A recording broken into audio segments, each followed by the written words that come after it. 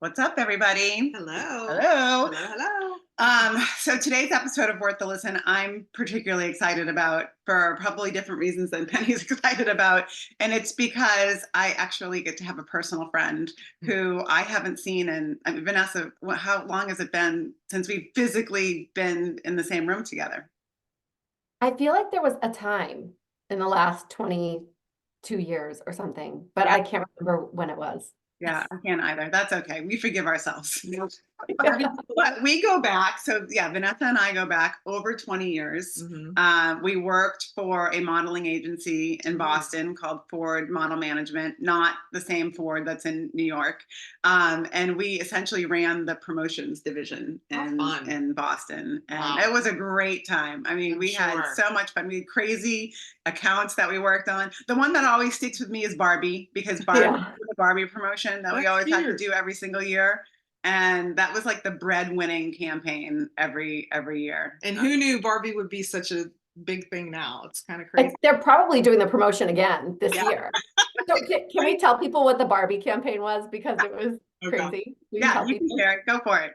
Oh, well, I don't remember how many I think we were booking Almost like 300. 300 Barbies in Toys R Us stores across the country in one day. And Same it was time, staggered.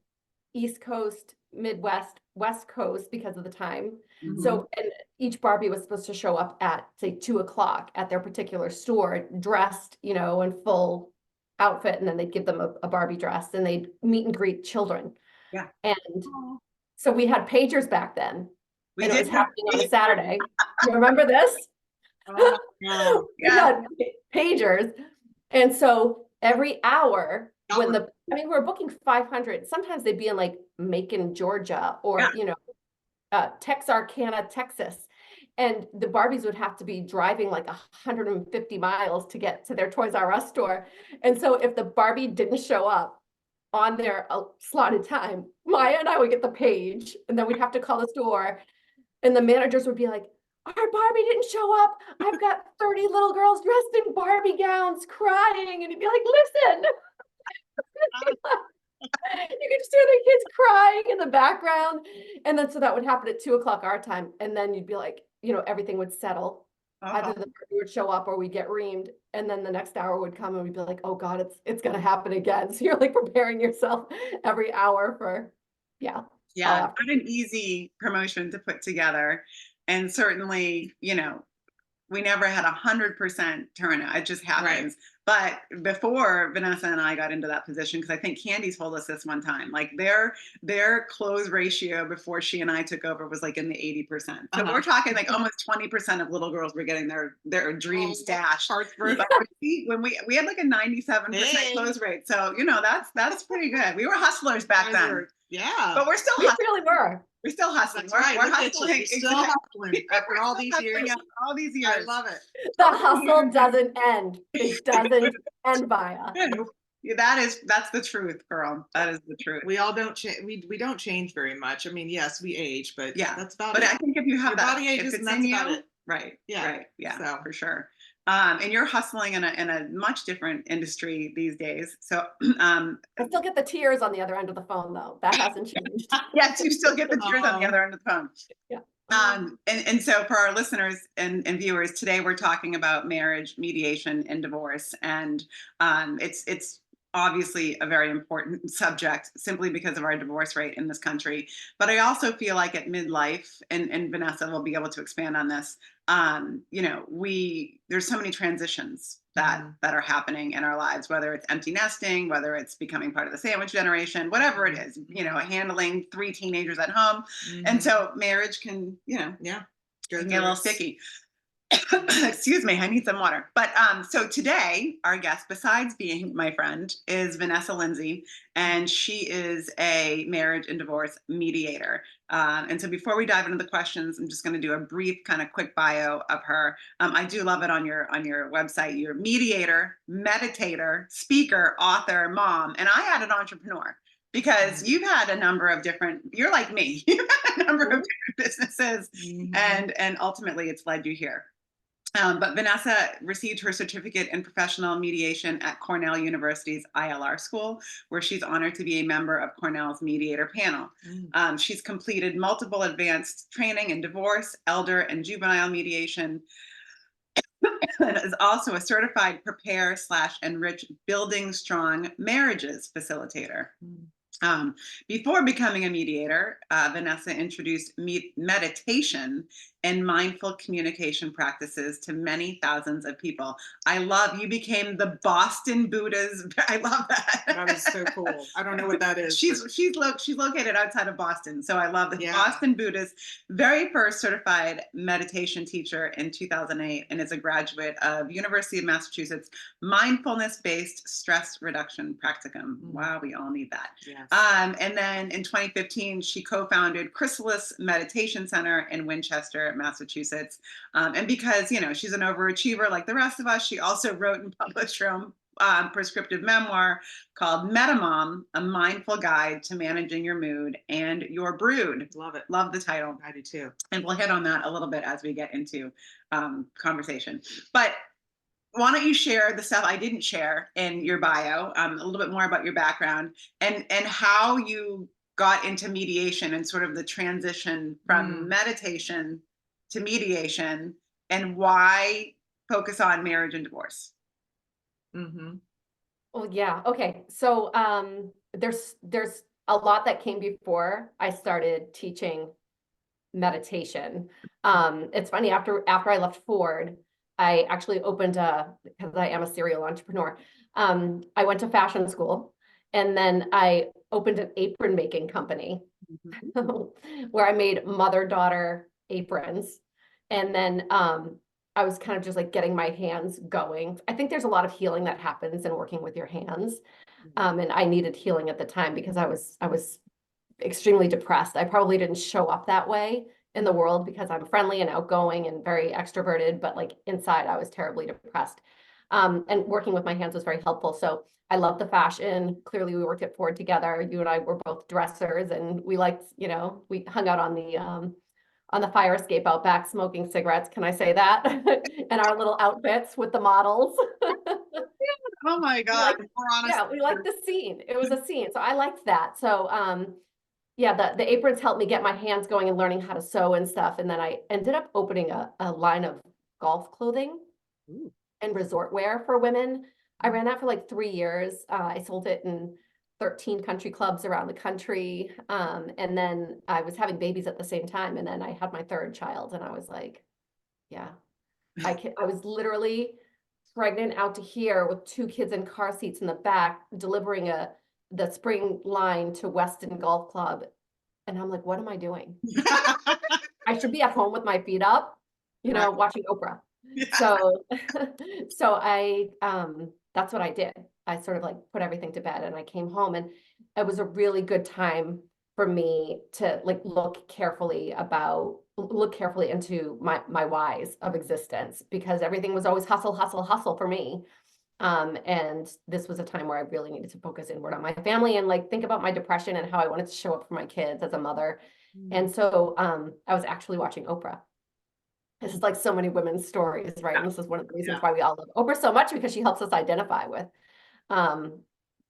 other women and ourselves.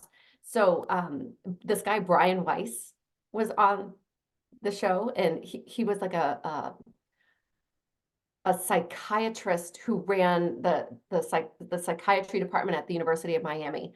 And he had written this book, Many Masters, Many Lives. I don't know if you've ever heard of it, but basically he was regressing or hypnotizing one of his clients who had tons of issues, like fears and, depression and anxiety and all this kind of stuff. And so one day when he was hypnotizing her, she regressed to a past lifetime, and he's like, what is this?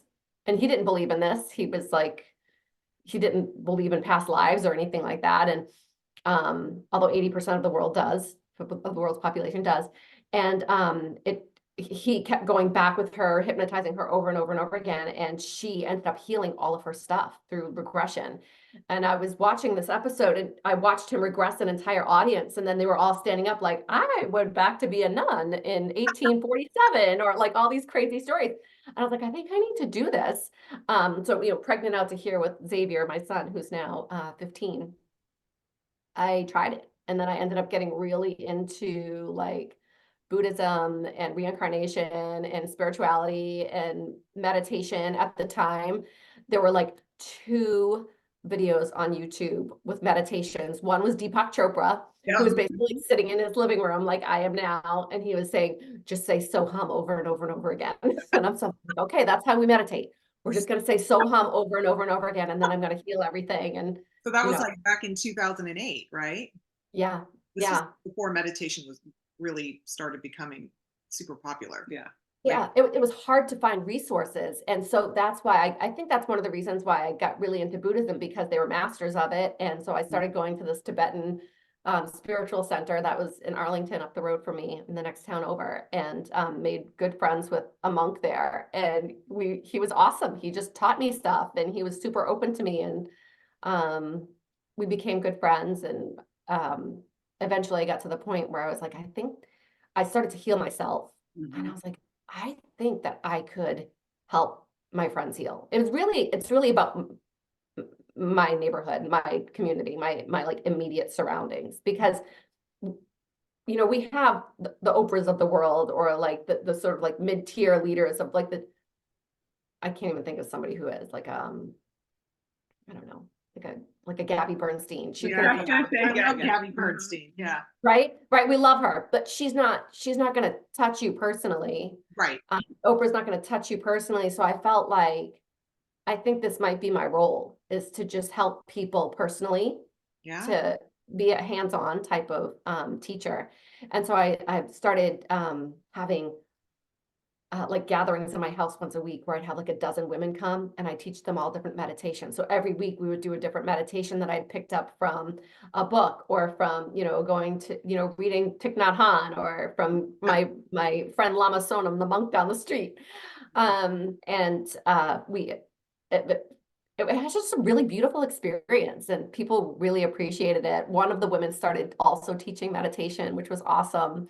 And I did that for like 10 years. I taught a lot in the schools. I taught online. I used to wake up every morning at 6 a.m. and do meditation classes on Facebook, on Facebook Live in my bed. Wow. I called it a bedcast. I would literally wake up, my hair would be like this, no makeup. I would just sit in my bed with my pajamas, like boobs, like, just, and I'd be like, here we go, people. I mean, it was just my audience, maybe I touched 100 people in a day. But it was amazing. I felt like so aligned. Like in spirit, I felt aligned. I felt happy, like deep happiness. And I love it. That's the story is just, to me, just it's so authentic and so heartwarming. Like to, for you to start on this just as sort of like a way to look at yourself introspectively, and then it turns into how can I help others? It's just, a testament to like follow your heart, follow your bliss. And I just feel like that your story sort of, it just describes that whole concept perfectly. But I love it. And I meditate. I don't know if you knew this, but yes, I think I may have mentioned this on our call before we started taping, that Penny is really into meditation and wanting to do it more and learn more about it. So what you're saying to me resonates. And I'm far from being a teacher or guru, but I started meditating in 2018. I only know this because I looked at my Calm app to find out when I subscribed to it. And so, but I think I was going through a similar, like, just a very tumultuous time in my life with business, and it was just a lot of stress and the kids, and, it's just, there was a lot on my plate. So that really helped me get through, and it still does to this day. My husband does it as well. He does it with me. We do it in the morning. Our kids, they know, they're like, oh, mom and dad are doing meditation. It's kind of, I mean, I'm sure a lot of people think it's corny, but I tell you, it works. It's such a gift. So anyway, Yeah, I agree. I mean, I was truly depressed for many years. I actually write about that in my book, Meta Mom, and that's one of the reasons why I wrote it, is because I also felt like medication wasn't for me. I was kind of afraid of that at the time. Now that I'm in perimenopause, I just started on my second type of antidepressant mood stabilizer. I'm like, it's all good. Like whatever you need to get through menopause, you do. Whatever True. tools you need to put in your toolbox, that's what I always, and there's no right or wrong as far as I'm concerned. And certainly when it comes to women at this age, I mean, it's not cookie cutter by any stretch of the imagination. We've tried a lot ourselves. Yeah. I'm all about the Prozac. I'm so happy with it right now. Nice. Like I didn't know how normal I could be. Yeah.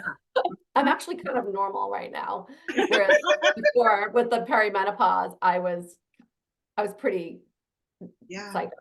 Yeah. How long, not to digress, and obviously we'll talk, but how long do you think you've been in perimenopause? Because I know that there's just such a huge, now it's becoming more of sort of a global conversation about how long are women actually in some stage of menopause, because there's about 4 or 5 different stages. So when did you first start seeing sort of the signs? Well, I think it's hard to tell because I think I entered when it was also COVID. Okay. So I think it's hard to tell what's going on. And then I had a hysterectomy in August. And so I still have my ovaries, but they took my uterus, and the uterus also gives off estrogen. So that was depleted a little bit. So it definitely ramped up after I had the hysterectomy. That's when I started like really crying all the time, and I just had no tolerance.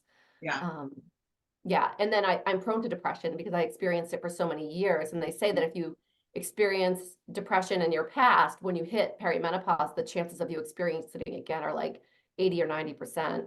So it was sort of my destiny. So when I hit that at this phase, it was so much worse now at this age than it even was then, even though I lived with it for so many years.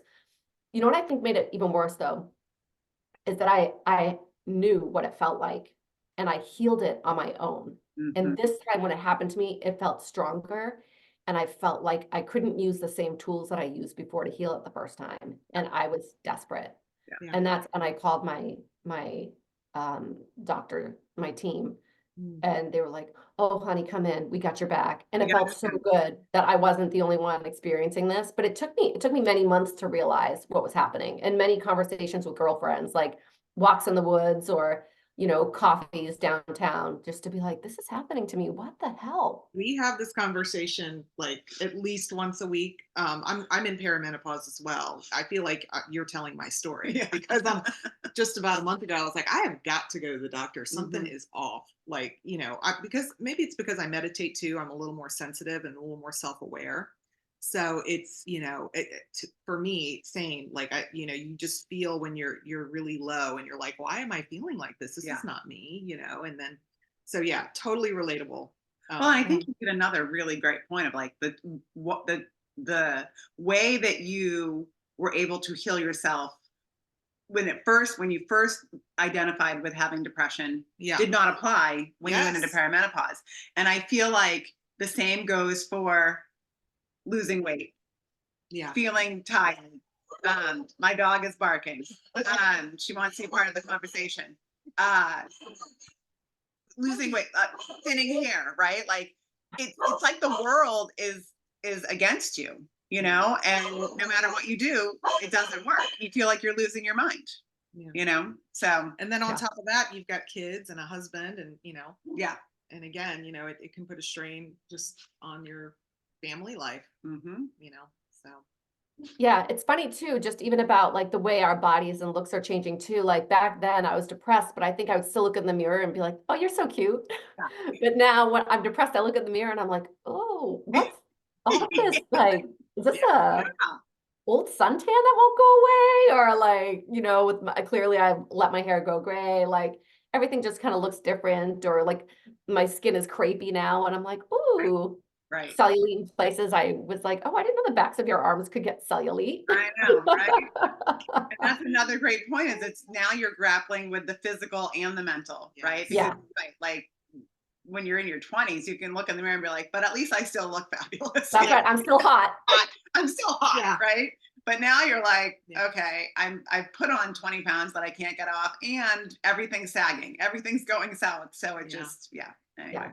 Yeah, it is not easy. It's not Yeah. easy. It's No. not No. easy. So let me go. So we kind of jumped way ahead. Let me go back. All So good. just because I know we're here to talk about mediation, and we kind of went meditation, mental health, menopause. Yeah. Everything All we the M's, all the M's. yeah. They're all relevant to what They we're are all discussing, relevant, so, yeah. They really all are. And now marriage, right? So so when I had really gotten into full alignment and it kind of like found my center and found my confidence, found my mojo, another M, I realized that my marriage was not right for me anymore. And so I knew that I needed to go through a divorce, and but also like meditation was not paying my bills. I was making $8,000 a year teaching meditation. It was not enough to sustain me and my 3 kids after a divorce. So we started the divorce, and then I closed down my meditation center. And I kept having these like meditations where I would see myself between 2 heads of state. I'm like, what is this? It's like peace brokering, mediation. And I realized, oh, I think I'm supposed to be like a divorce mediator, because I was going through divorce mediation myself, and I thought it was a really powerful experience. But I also felt like I could bring something to this process that is uniquely me and is uniquely helpful. And I really wanted to try. So I, went to Cornell and I got certified, and then I ended up kind of coming in through the back door to New England's like premier mediation organization. It was called MWI. And I started as their bookkeeper, but I'm a hustler because I'm entrepreneurial at heart. So I'm always looking for things to start, ideas to, develop or whatever. And so I just started hustling inside MWI, and, just started wearing every hat that I could. And then was begging pretty much all the time, when are you going to let me mediate divorces? And so I ended up being able to do that. And I probably got 5 years worth of experience in 1 year, at my last year of working there. And so, yeah, I've been mediating probably like 20 to 25 divorces a year for the past 5 years. And then, doing a lot of counseling and coaching, and along the way, I feel like this, do you ever say like, oh, if I could do my life over again, what would I do? If I could do my life over again, I always say that I would be an OBGYN. I love women. I love babies. I love the sisterhood. Like, I had a doula in my own childbirths. Like, I would love to be a midwife or a doula, or like, the birthing process is so beautiful, and I would love to be able to be involved in that. And I just realized this week that I'm not helping people birth babies. I'm helping people like birth a new life. Yeah. So I'm like a divorce doula. This is what I've come to. I always wanted to be a doula. And now maybe it's not a birth doula, it's not a death doula, but it's something in there. You Because should you're trademark that. reinventing yourself. Now, Right? do you also do coaching post mediation or post divorce mediation? Do you will you work with the husband or wife or partner afterwards to help them get through that stage, the transition stage, or Yeah. just curious. So what I notice is that when people are done with me, they're kind of like this. Ah, They like don't want to think about me anymore, Yeah. because it's a very painful time of life. Right. yeah. So, I don't get repeat customers. Makes marketing difficult. Yeah, you mentioned Um, coaching, and I was like, I wonder if it's like coaching post that too, because I think that you need that. Because I have a friend who's going through a divorce, and she's not going to therapy, but I think that she should. But she has 3 teenagers and she's constantly driving them everywhere. So, just curious as to maybe. Yeah, I think like I do a lot of coaching with friends, Mhm. who have Yeah. been through it, or like there's a lot of commiserating, but I'm learning from them as much as they're learning from me. But yeah, no, I don't do that professionally, but I do a lot of like divorce prep. Mhm. I do something called discernment coaching, which is really the time leading into the divorce or into the reconciliation, where people are on the fence and really don't know what to do. So people think about divorce for 6 years before they say the words out loud, because it's hard. I mean, Yeah. Maya, I know that you've had to say the words out loud, so have I. Mhm. And it is awful. it's horrible.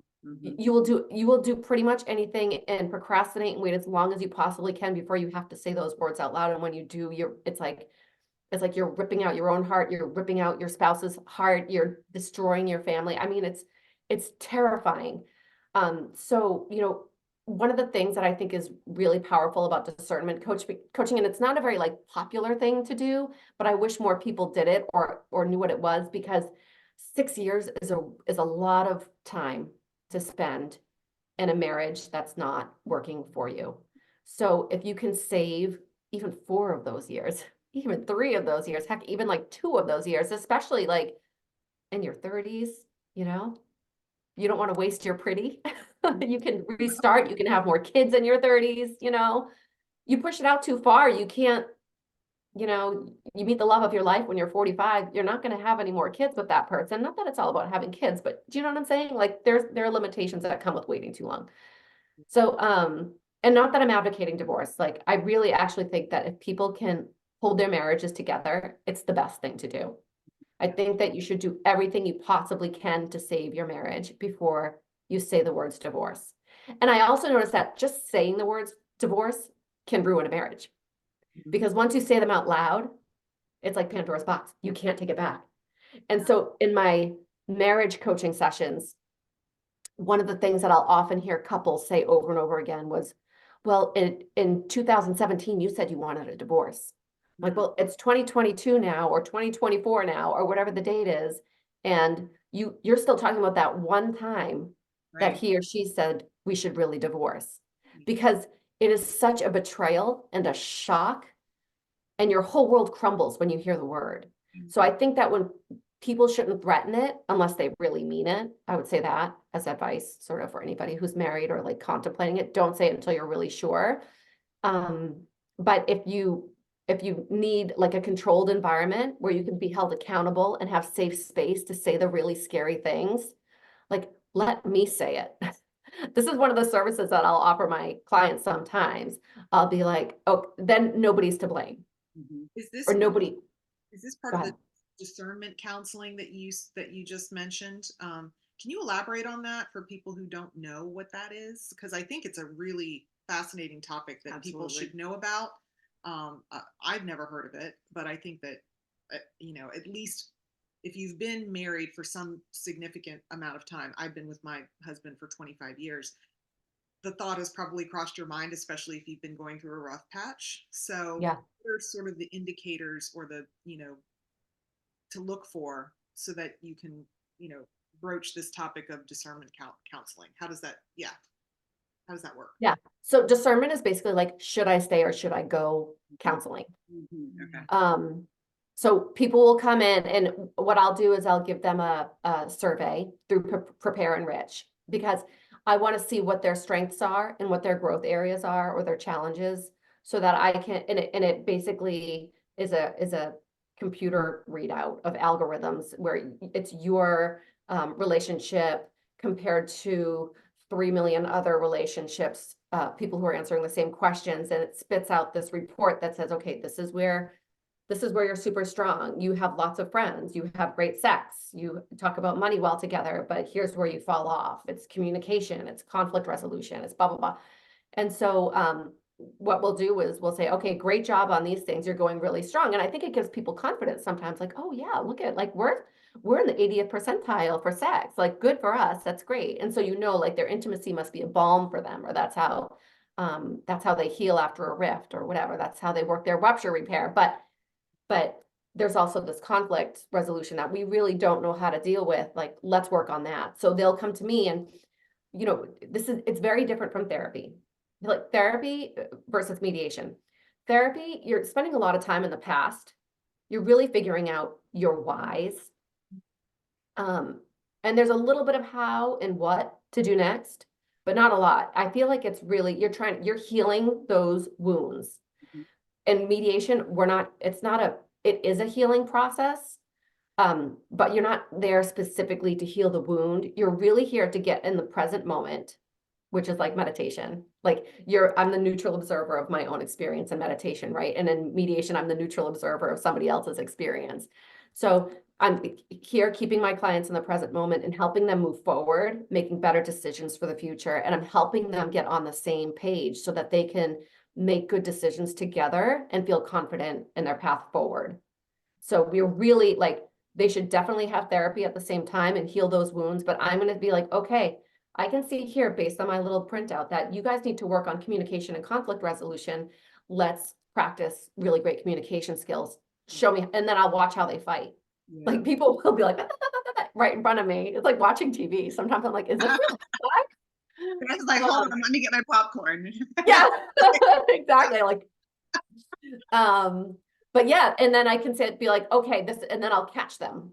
So this is what we do in meditation too. Like we catch ourselves when we're going down the rabbit hole or having a bad thought or whatever. And so I'll help to catch them when they're in the moment of just making a bad decision or saying something that's really hurtful to each other. And I'll be like, okay, let's pause there and let's talk about, why did you say that? What's going on? Blah, blah, blah. Like, what would make you feel better? How could you say that differently?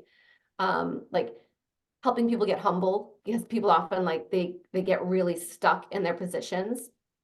Helping people understand their interest, which is big in mediation. You want to get people out of their positions so that they can understand their, like each other's interests, so that they can, you know, move forward into a new direction. Because if you stay positional, there's no compromise. There's no way to move forward with somebody else if you're on your own island and they're on their island. You have to get off your island.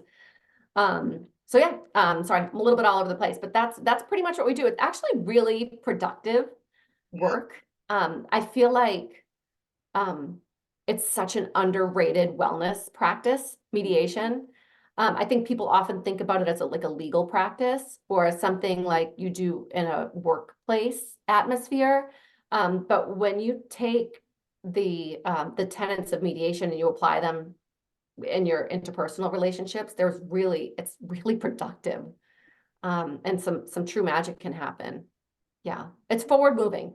What percentage of your clients come to you for discernment counseling and marriage mediation versus divorce mediation? And does one lead to the other, you know?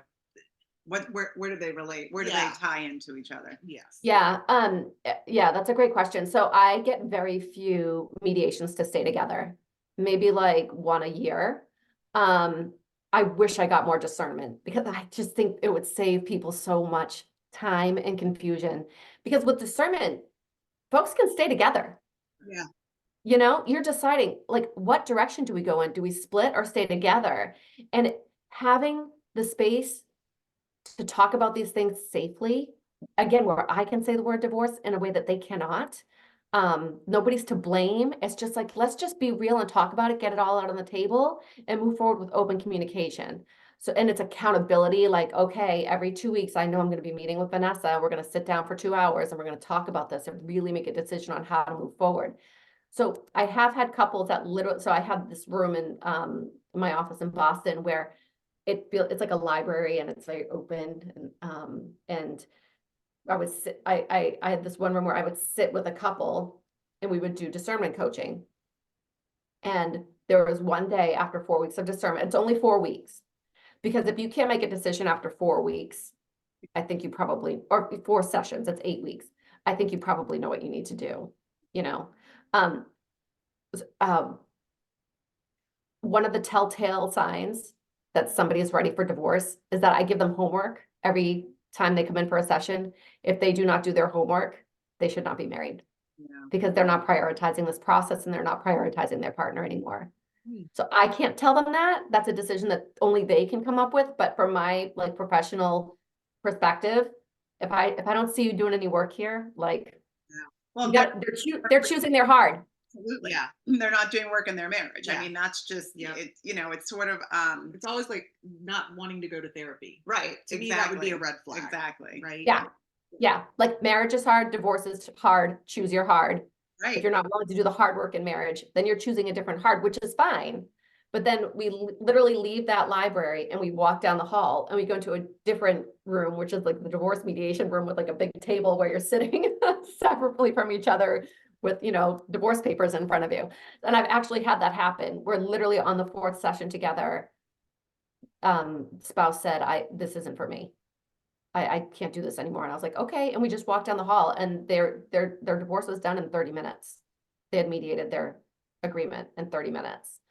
Okay. So they were ready. They were, well, one was in that particular case, one was ready and one was not, but she got there eventually.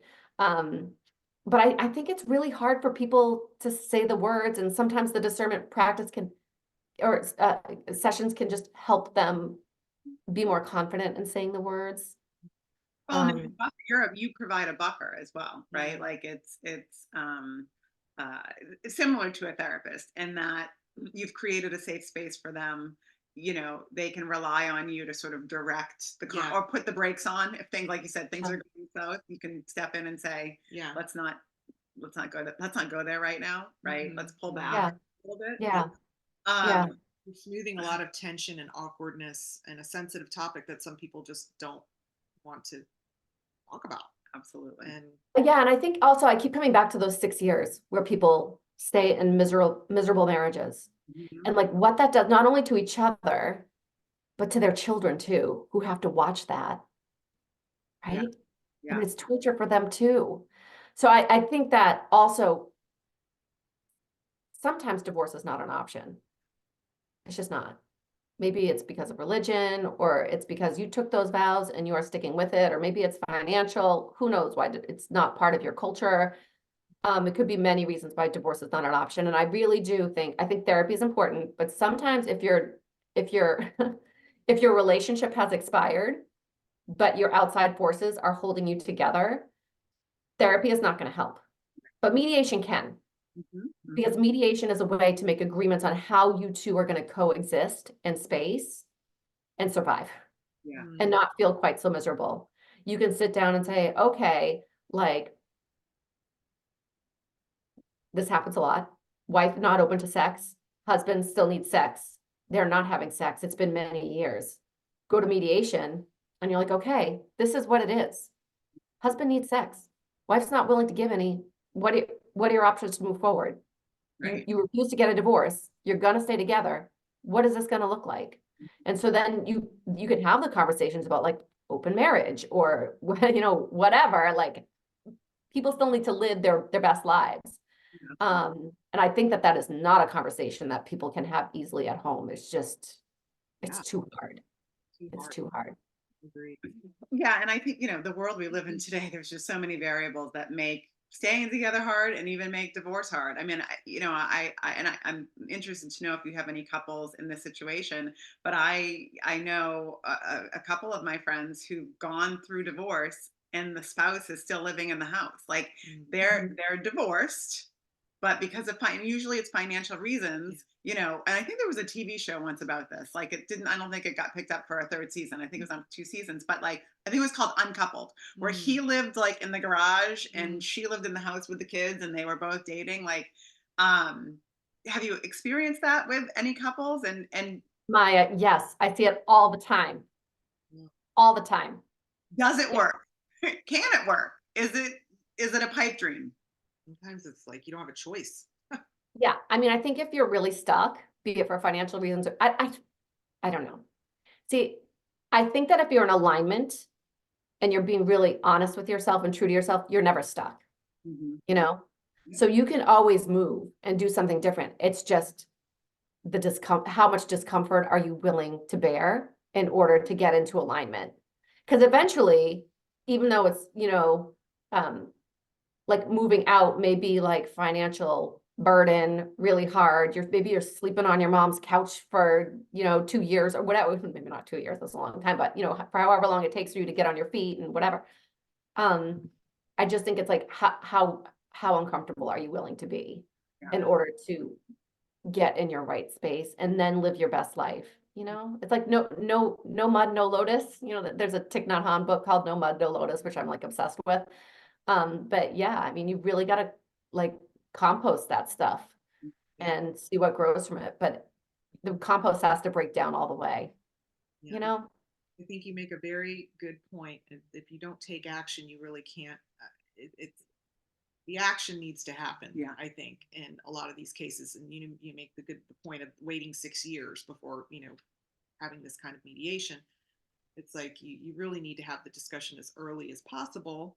Easier said than done, but I think that this is why we're having this conversation, so that, you know, particularly too when there's children involved, right? Yes. Like, you know, we both have been through divorce, me and Vanessa, and you know, I know your kids were a little bit older when you got divorced, but Sophia was a baby when Tom and I got divorced. I mean, I don't think she was even 2 years old yet, and we went to therapy, and that probably helped us in it. You know, initially any divorce is messy. I don't care what anyone says. Like, you can try as hard as you want. It's a transition time. It's really, really difficult, particularly when there's children involved. But I remember our therapist at the time, he said two things to us, which have stuck with me. So I'd love your take on this, and if this is something you do with your couples that come to you. He said, you have to be in divorce what you weren't in marriage. So, like, no resentment, no hate, no swearing, no throwing things at the wall, no punching fists through, whatever it is, right? Whatever your reason is that you're sitting here, you can't do that anymore. And he said, just because you have a young child, don't beat yourself up that you're separate, you're breaking apart her life, because studies show that couples that are brave enough, and it really is kind of bravery sometimes, to say, we don't belong together anymore, let's separate or divorce so that we can create healthy space, different spaces for our child or children, show them that it can exist, do better in life than parents that stay together because of religion, money, whatever it is. He's like, those children, they receive all of that tension. They receive all of the fighting. They receive all of the tension. They're living it. And they end up going on and sort of like repeating that, you know, sometimes in their lives. So where divorce is, it's not an easy decision. Sometimes it is the right decision. You know? So when I went, I don't know if you remember this, Maya, but when I went through my divorce, you and I had a long conversation on the phone, and you had said to me, I'm going to give you some advice. You said, be nicer, be a better ex-wife than you were a wife. And show your kids that you're happier and that their lives are better and they feel more stable divorced than the case was when you were married. And I've always remembered that, and I've kind of taken that with me. And I think that Maya, you know Michael. So my ex-husband is Michael. Maya met him at the same time I did. we would date basically together at the beginning. And he's a great guy. And I also think you divorce who you marry. And he's a very peaceful person. He's got like a quiet confidence. He had an ex-wife and a child when I met him. So I was 25 when I entered my first blended family. I was a stepmom before I was a mom. And I knew he was a really great ex-husband. Not that I ever thought he would be my ex-husband. Certainly didn't think that at the time. But yeah, I mean, he hasn't really surprised me. He's like a good provider and a solid human. I think like he does his best. And he like shows up for the kids in the best way that he can. Yeah.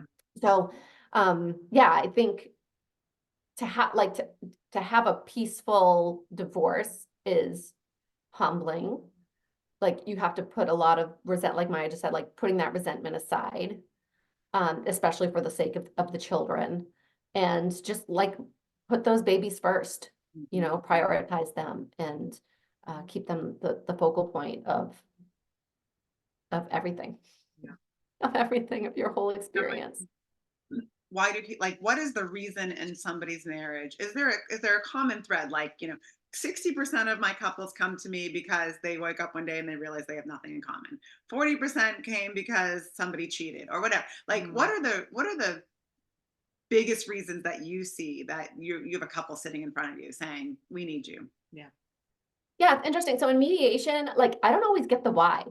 It depends on who they are. Like, sometimes they're all business and they come in and they do not want to go into the past at all. And that's kind of the beauty of mediation, is it's you're resolving conflict, but it's not conflict oriented in a way. If they need to use the mediation room to like heal some kind of rupture, that they weren't able to during their processes of be it therapy or just conversations at home, etc. That's fine. Like I'll hold space for it. But a lot of couples kind of hold their stuff close to the vest. There's usually, the more time that goes by, I'll eventually have a couple who's like, you cheated. That it'll come out. Because there's something in everybody who wants to share that. Especially with your divorce professionals. Like they just kind of want to stick it in there somewhere along the way. But other people keep it private. I would say cheating, this is what I've learned through mediation, is that like cheating is much more common than I ever thought it would be. So I don't know what the percentage is though. Yeah, I don't keep track of it. It's more like just sort of like a thread in the stories that folks are sharing, but it's certainly more common than I would have ever imagined. Well, I'm glad Yeah. you explained it that way too, because I feel like for me, that does give me a very clear picture on the difference between therapy and mediation. Yeah. I sort of feel like, mediation is like, okay, we've done the therapy or we're doing the therapy and we still can't seem to find our way out of a paper bag. Right. And we got to get down to brass tacks. Yeah. Right. Like it's time to just, or at least explore the option Yeah. of what that would look like. yeah, And absolutely. so, I mean, in the small percentages, because I know you said that a lot of people are ready to go and go through divorce mediation most of the time. But in the cases where they've decided, you know what, maybe we need to reconsider this. I mean, what methods do you suggest for them to strengthen their marriages, or is that something that you do? Yeah, I don't do a lot of the marital coaching or mediation stay together. I'd like to do more, to be honest with you, but I also kind of, again, as I see myself as like a divorce doula, I think that this is sort of not to drop the G word here, but I think this is what God wants me to do, is to help people through this experience onto the other side. Sorry, not to go too much in another direction of a metaphor, but that Winston Churchill quote, when you're going through hell, keep going. Mm-hmm. Like some people are just stuck in hell and they're just sitting there in the middle and they're burning. And I'm kind of the person who will like walk into hell, take their hand and be like, honey, let's go. There's a path. It's here. Come on. And I kind of pull them along with me.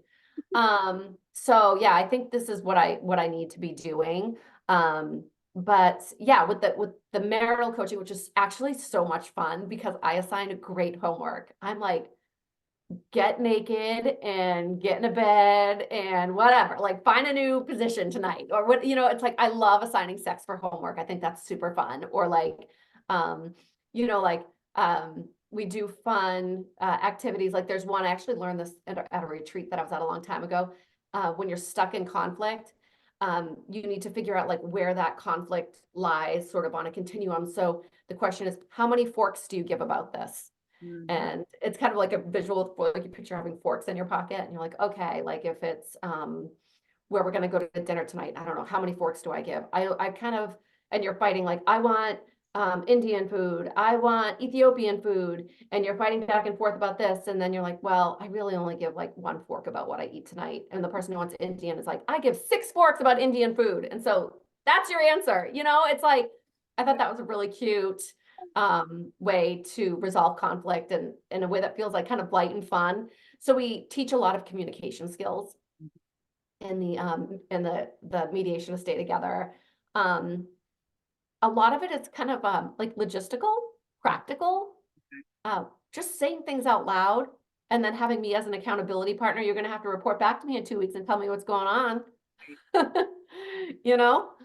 Like one of my couples, one of them was always late and it was getting in the way of that. They were just fighting about that all the time. It's not that they don't love each other, they don't have a strong relationship. It's just like one's always late. Yeah, but it's a hot button for some people. It is a hot button They don't for like some people. tardiness. Mm-hmm. Yeah. And so we just talk about that. And we're like, okay, well, you How can many forks do you save each give other's about? throats. Right. I mean, and I think this part of it is so cool because I think people need that mediation to strengthen and communication and whatever their sex life, and they just need that push in that direction and the tools because people just don't know where to start. I mean, you could put a self-help book, but I kind of feel like what you're offering is real life, practical, advice, Right. and that people can, it's approachable. It's, it's kind of simple, right? So Yeah, I think it's also really great for men because I notice that often men are more resistant to therapy, and mediation feels different. It feels more like coaching. Men will be coached. Right. A man will be coached before he'll be shrunk. You know? I think the perception of the words too, because Maya, before we got on the call, she said, I think mediation is much more approachable for men than therapy, than the word, Yeah. coaching, to your point. So, yeah. Yeah, because it's productive. Because men, like, think about it, when you have a problem and you tell your man in your life, the first thing he's gonna do is come up with a solution for you, which makes you feel like your problem isn't important, or like, oh, that's easy to solve. And it's not honoring like the feelings that are behind the problem, or, like giving you space to like unfold in the problem and like feel the problem all the way before you can, find your own solution. But like, I think what mediation does too is, it teaches, because I'm there asking questions. I'm asking like open-ended questions and showing them how, even if I know the solution to their problem, I'm not going to say it. I'm going to let them say it, but I'm going to ask questions that lead them in the direction of them saying it. So I think that can be like a helpful skill for a man. And not, it's like kind of a men are from Mars, women are from Venus type of thing. Because I know not all men are like this, but I mean, there are certain stereotypes that kind of fit. But men definitely jump to solutions faster. And I think that if men can ask questions instead of being directive with solutions, then women will feel more supported in partnership. So I think that's a good skill. It's such a practical piece of advice that every man should know. I mean, really, truly, it would avoid so much conflict and rifts. And to me, it is like therapy. That part to me sounds more like therapy. But I don't know. It's just, and I think it's.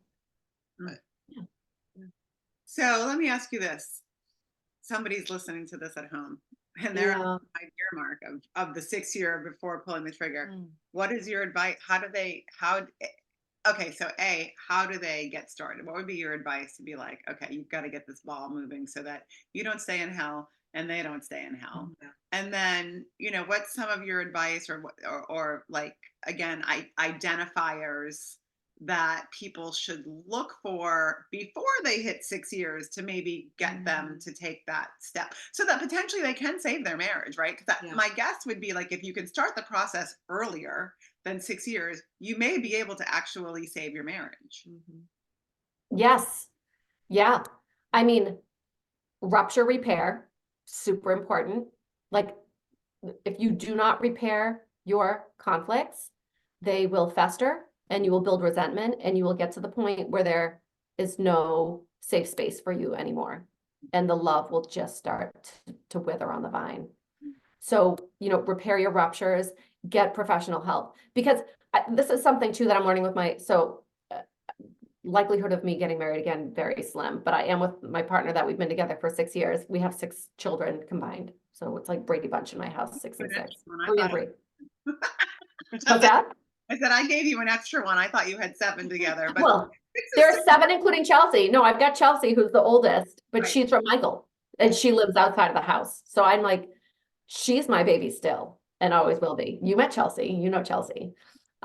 She was only 8 when Maya and I met her. She's 32 now and has a baby, which is wild. Don't say that. Put that right back in your mouth. Don't say that. I know, it's so weird. It's so weird. So yeah, 7, but 6 in the house and 6 with me and Chatham.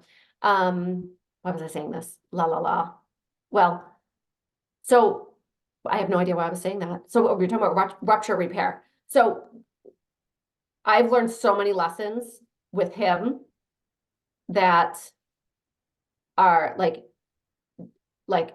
lessons that I've needed to learn my whole life. Lessons that I was unable to learn with Michael. We just couldn't do it. Like, everybody's got their lessons, right? He's got his set, I have my set, but the set, we were not able to heal with each other in that marriage. So it expired. We had our chance, it didn't work, it expired. And then we split, and now have another chance with Chatham. I think couples have to be willing to be humble enough, like as individuals, to say, this is what I need to heal. And I know that you are my person, and therefore you are the person that I need to heal this with. Like, you're a team, right? And so you've got to identify the thing that needs to heal, and then be humble enough to work on it together and support each other, not with judgment, but just with like love. So I'll often ask this question, like, what would love do? That's my question when I'm like in the depths of despair and like chat him. I mean, we're raising 6 teenagers together, 3 his, 3 mine. I mean, totally different parents. Like, he's got an ex, I've got an ex. There are, kids everywhere. It's chaos sometimes. And like, so we have lots of opportunity for conflict. And sometimes we do a really crappy job healing, but sometimes we do a really good job. And in those moments, I think that we prioritize love. So the question is, what would love do? And sometimes love would ask questions. Mhm. How can I help you? How can I support you? Sometimes love, even when I hate your guts, gets naked, climbs into bed, and just does skin to skin. Even if like when there's no solution in sight and you really like cannot stand the looking at this other human being, like you're just gonna go skin to skin anyway, because that's what love would do. And sometimes love is gonna hold boundaries and be like, you know what? No, Right. I'm not willing to do this, and I need to stay strong in this, and you will not have sex until you can fix that thing, or whatever it is, or like, I will not make you dinner again until that thing changes, whatever that thing is. So yeah, I think like finding out, like showing up, putting love first in whatever forms that it comes, and knowing what those forms are and what like your relationship can handle. I think like one of the downfalls is always bringing up the word divorce, separation, leaving, moving out. Like, don't do it. Don't do it. Keep those words to yourself. Don't say them out loud. Go to therapy, let the therapist say it. Yeah. Because a great you'll point. never repair Like, that. I feel like it's that thing you can hold over your spouse's head, if whoever said, right? And that, I feel like it breeds resentment. I feel like it breeds insecurity. You're questioning yourself, right? So yeah, I mean, Yeah. don't utter the word. Enlist somebody like you who can foster the conversation and either keep you from saying that word ever, Yeah. or giving you the tools to say it where the divorce can be amicable. Yeah. Yeah, I mean, you will never feel safe after you say the word. Your partner will never feel safe. Right. They will always question. It's almost like it's a different level, but it's like having an affair. Esther Perel talks about like, once somebody in your relationship has an affair, that marriage is over. Right. That contract is finished. You need to start a new marriage and a new contract and move forward out of that. It's almost the same thing on a, again, very different level. I mean, having an affair is Right. it's a different kind of betrayal, but saying we should get a divorce is a betrayal that everything stops there. So just know that when you say those words, there's no turning back, and people hold on to it for a really long time. That's what I see in my work, is that people hold on to those words forever. Yeah. I think there should be a book that has all of these sort of like little pieces of wisdom that you've learned over the years, because you say that you're better equipped in this second relationship that you're in because of what you've learned. So it's almost like we should be teaching young couples that, hey, don't say the D word, make sure that you're communicating well. Hey guys, don't try to solve every problem that your wife comes to you with, and just little practical pieces of advice. It's almost like a marriage manual, right? And Go write it, Vanessa. I mean, you should write it because you're write it. speaking it. Yeah, you're And I speaking feel it. like Yeah. all of this is great advice to give to young people who are just starting out in marriage, who because they there is a very good chance that they're going to start having these feelings, and to be able to sort of take what you're saying and know it, and just being like, I remember this was something that they talked about, or something that I read, and so I should we should really talk about this. And guys too, I mean, it needs to be talked about more and known, because marriage is just like you said, you don't want to waste 6 years of your life potentially, Right. being in a bad situation or where you're super unhappy.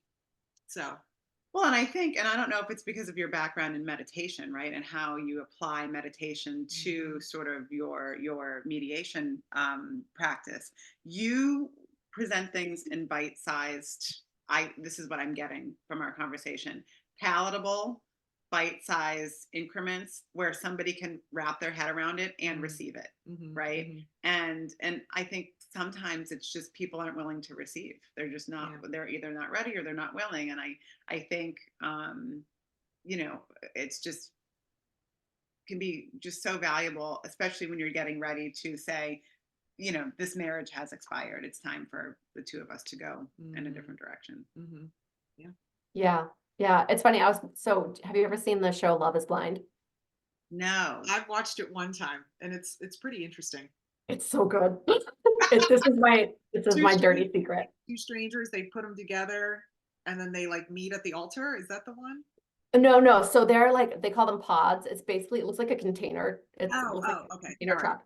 And they meet each other behind walls. And there's, I don't know, maybe like 20 like potential couples, like 20 men, 20 women, and they all interview each other and date each other behind walls. So you're getting to know people just based on personality and voice. You don't know how old they are, what they look like, the color of their skin, their culture. Well, you can probably figure out their culture by talking to them, but like there are all these unknowns. You don't know what their body type is, etc. And you're not supposed to really ask.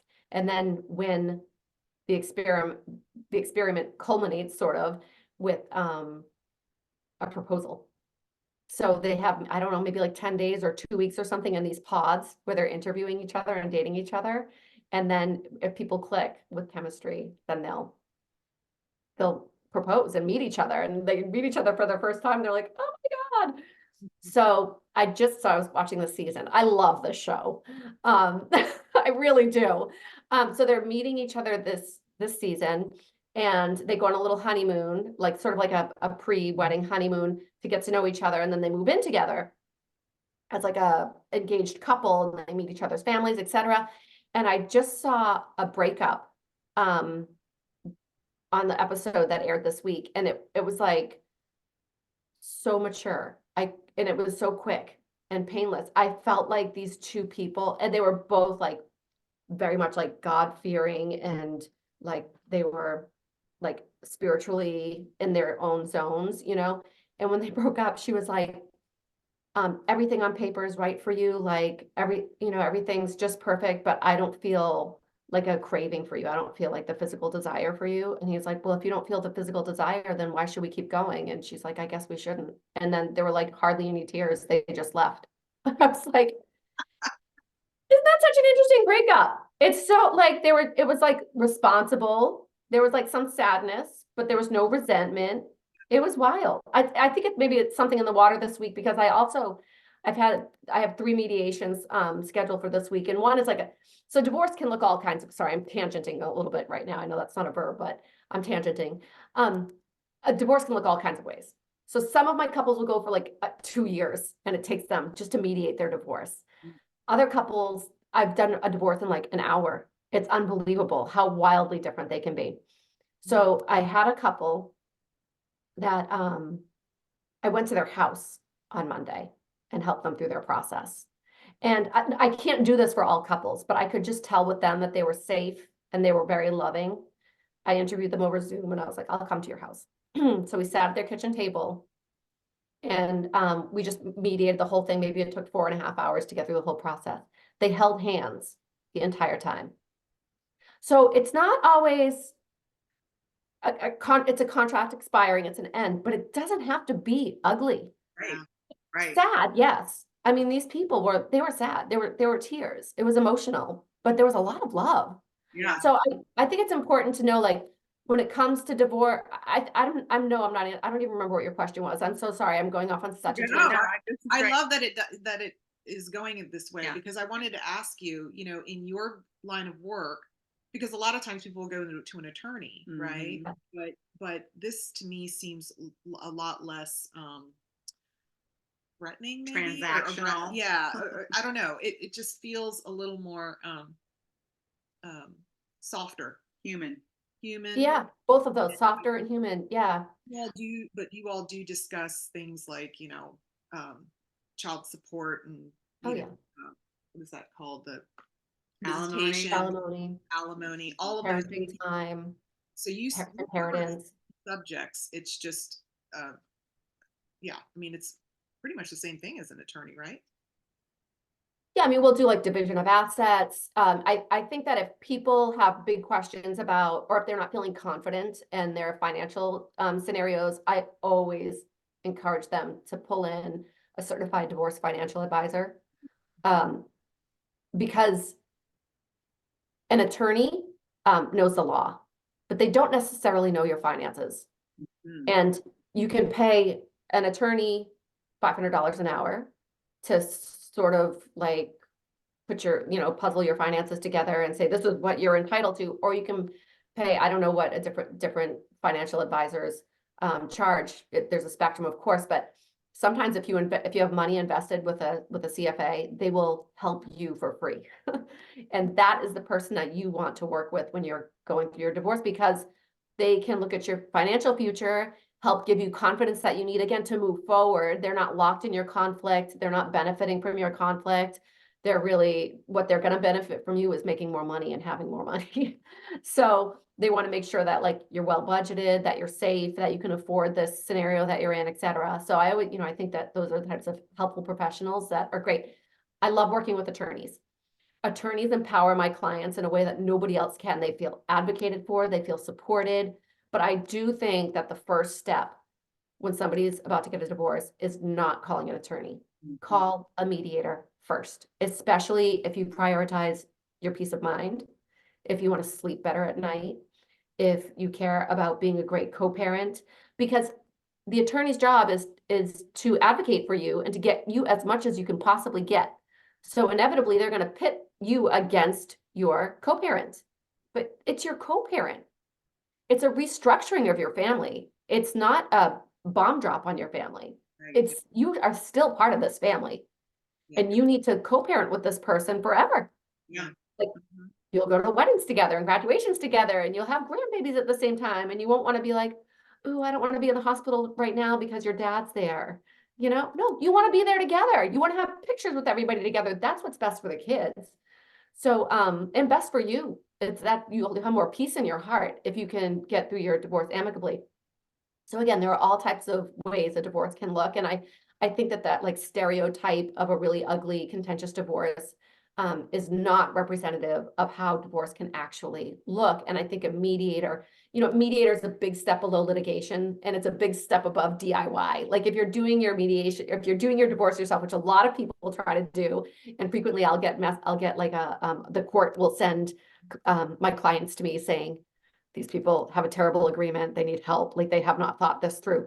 I've seen so many divorces that I know the pitfalls, I know what you need to think about, I know the questions you need to ask. My job is to help you project out into the future and see what's waiting for you so that you can address it beforehand. Even like COVID vaccines. Some people are, yes, let's get the vaccine. Some people are like, no. Or like, what are you going to do? Kids have COVID, you have a 5-2-2-5 schedule, you're splitting between two households. What are you going to do with the kids? So like I had one client, like maybe 2 months ago, they were like, we don't need to do this, do we? Do we really need to discuss this? And I was like, trust me, it comes up all the time. Not only I know it from doing this work, but in my own personal life as well. And with my friends, it's something that we talk about. So I think like my lived experience can help people make better separation agreements. And just this age that I'm at, I mean, I'm almost 50. Like this is where like a lot of my friends are getting divorces. This is what we talk about. I hear all these stories over and over again. So, if you work with somebody who can have the experience and then work with you collaboratively to have like healthy conversations about like, you're not going to talk about this with an attorney, and then your attorneys are going to go back and forth litigating how are we going to function during COVID. But if you're in a mediation session with a trained professional, you can be like, okay, yeah, what is going to happen? So did that with these people. And then it was so funny, the next, like 2 weeks later, we had another session. They're like, oh my God, Vanessa, we had COVID. They're like, and the timing of the conversation was perfect because we're like, wait, we have an action plan for this. We know what we need to do. And all they did was implement their neutral plan that they came up with together at a time where it wasn't heated. There was no stress. It didn't feel dramatic. They just implemented their plan and it went forward without any drama. So yes, and this yeah. is expectation, like preparation in for things that you would never Right. even think about. Right. Right. Is so. Well, that's it. key. I think that's also part of the fear. There's so many unknowns. Yeah. I think sometimes when people wait 6 years is they're scared of what lies on the other side, where I Yeah. feel like what you bring to them is some clarity and Yeah. a vision for a picture Yeah. of what that's going to look like, Yeah. having two separate lives, but still being a family unit, because you're right, you're still a family unit. Yeah. That's actually one of the things that we do in discernment too, is I'll sort of map out their different paths. I'll say, okay, you have two choices. You can stay together or you can get divorced. Okay, so if we stay together, this is what this looks like. Therapy, coaching, work. If you get divorced, here's what this looks like. Therapy, coaching, work. So like choose the work that you want to do, choose your hard, decide if you can do it with this human or not. And then like if but we also like go further down the path too. It's not just the therapy, coaching, work. It's like, okay, so if you get a divorce, we split assets. This is what the work looks like. We split assets. This is about how much money you'll have. Will you have to pay child support or not? Well, let's just do the numbers, because people will stress out about that. Am I gonna have to pay alimony? I don't know if I can afford it. I'll be like, I can run the numbers for you. And so I just run the numbers and I'll say, okay, this is how much child support you're gonna be paying. How does that feel? And then with the work on the marriage side, you're like, okay, maybe like intimacy or making a decision about how you move forward with finances or a job or a location change or parenting or whatever, distribution of labor in the house. So yeah, we just sort of like really get to a clear picture of what both will look like. And then you get to decide, like, this is informed consent. This is another tenet of mediation. It's like, it needs to be voluntary, it needs to be confidential, it needs to be neutral, and you need to have informed consent. And this is what we do. We help people get as much information as they can so that they can make really great decisions. Yeah. You're so amazing. I know. And I like your passion, like just beams through the screen here. Yeah. Like and I do think that you have absolutely found your calling. Yeah. I could ask you 1,000 more questions, but we have to wrap it up. I know. But we'll have you back because there's so many other subjects. We I didn't agree. even touch on gray divorce. Yes. We'll talk about that another time. I have Oh, that's a huge one. Yes, have me back because I have some advice for all of the people in their 40s too. Yeah, absolutely. Well, definitely. But I think it was just great to just explain the difference between mediation and therapy and sort of when to, apply it, when to bring it into your marriage, whether it's a marriage that's going to stay together or one that's going to dissolve.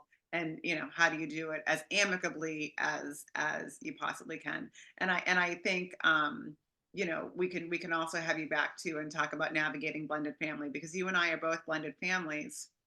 And I feel like we're sort of poster childs for like how it should be done, but it doesn't start off that way, right? It's hard. It's very hard initially. Yeah. But I always like to share with people who are contemplating divorce and sort of the angst that comes with it. This last Thanksgiving, we did Thanksgiving as a blended family. So my ex-husband and his wife had me and my husband over with our children because our kids are in college now, and we didn't want them to have to pick because we're already getting such little time with them now that they're in college.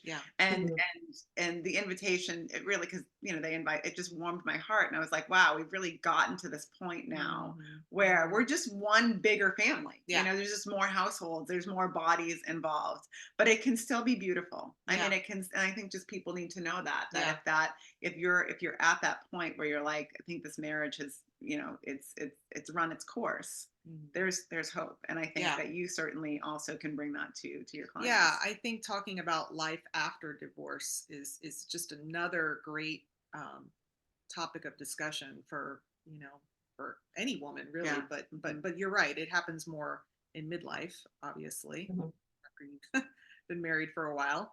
Yeah. these things come up. So I think that's definitely something we should explore on a different pod. Plus, I love you, Yeah. people, so you have to come back. Yeah, me too. Well, I think, the drama gets a lot of attention, but what I love is the stories of the way people make things work. So, I've done what your Thanksgiving, we did this for Easter, a few years ago. We had, Chatham's ex-wife and, her new husband over, and it's so much easier for the kids. They feel safe. Right. They It do. really, they feel safe. And I think that they think it's cute. Like we went to, Chatham's ex-wife's husband's children's bar mitzvah last week. And there were so many like generations. It's like our circle is so huge and almost everybody in our circle was there. But I think can be more normal, but I think we also need to like let people know Right. that can be You have to normal. be willing to do the work. Yeah. And I think that's one of the things that Yes. you bring to the table for your clients is like, whatever way you decide, whether you decide to stay married or to have a divorce, it's work. It's going to be work. And this is what it's going to look like. And let's lay it out for you. Yeah. So. I think what you just described, because I have friends who are have gone through that, and so beautiful to see, the ex-wives and the ex-husbands and even the grandparents, and like they're all getting together and it's actually a very happy, peaceful, relationship amongst everyone. So it's almost like Modern Family, like that show. It is. Yeah. And a lot of people are experiencing that. That's and it can be such a great thing, but you just have to have the right perspective. Yeah, it's a choice. And you can't be jealous or whatever, like when I see, like when Michael's at my house almost every day. Like he's waking the kids up in the morning, I feel like it's almost like he's a brother now. Right. It definitely feels like family, Yeah. but it doesn't really feel like ex-husband. Right. I wish there were almost a different word. I do too. I think I've gotten to the point too with Tom where I don't feel like that either. And it's interesting. I remember the first time I met him, I had this really deep feeling that he was going to be in my life for the rest of my life. And I took that as I should marry this man. Right. Yeah. And obviously I did. But listen, when you get divorced, they are in your life for the rest of your life. And he's been valuable to me outside of husband on a lot of different ways. I don't even know if he knows it. And I'm sure you probably feel the same way about me. So sometimes you see somebody and you get this feeling, and it doesn't mean the feeling is wrong. It just means it's going to look differently than you think it's going to look. Yeah. Right. And That's right. It just looks different than the way that I thought it was going to look. Yeah. You all are very lucky That's though, beautiful. to have those men, those particular men, because I can attest. I mean, I've been friends with her ex forever, and he's actually friends with my husband, and so. But harmony can exist, absolutely. I'll tell you a story too. When Tom, on our very first date, we weren't even 20 minutes into our date, and Tom said to me, "You remind me so much of my friend Penny. When you meet her, you two are going to fall in love with each other." And here we are, 20-something. So he was right about that. Isn't that crazy? Yep. Yeah. Wait, so Tom introduced you too? Yes. Well, Tom and I went to school together, to college together, and he came home, one Christmas. I think it was over Christmas, and we were at a party. Maybe it was over the summer. I can't remember. But yeah, I mean, it was immediate connection, chemistry. Just he nailed it. He was right. He was right. He was right. So a lot of good things come from those relationships. Yeah, and they still do. Sure. They still generate that. I mean, absolutely. So it's a web. We're like really, it's like it's a tapestry. It is. Oh, I like that. It's a tapestry. Yes. All right. Yes. Vanessa, I love you so much. I love you too. Beautiful face. We will definitely have you back. I'm sure, and I'd love to even have you do it like guest blog, like write something for us that I think our readers would appreciate too. So we'll follow up with you, and certainly we'll put all of your contact information out when we drop the podcast. But keep doing what you're doing. I think it's amazing. I think it's amazing. And I love you, girl. Yeah. Oh, I love you too. All right. Thank you guys so much. This was really fun. I enjoyed this. It was fun. We definitely, we've got to do it again for sure. Okay. All right. Good. Take care. Bye, girl. Bye.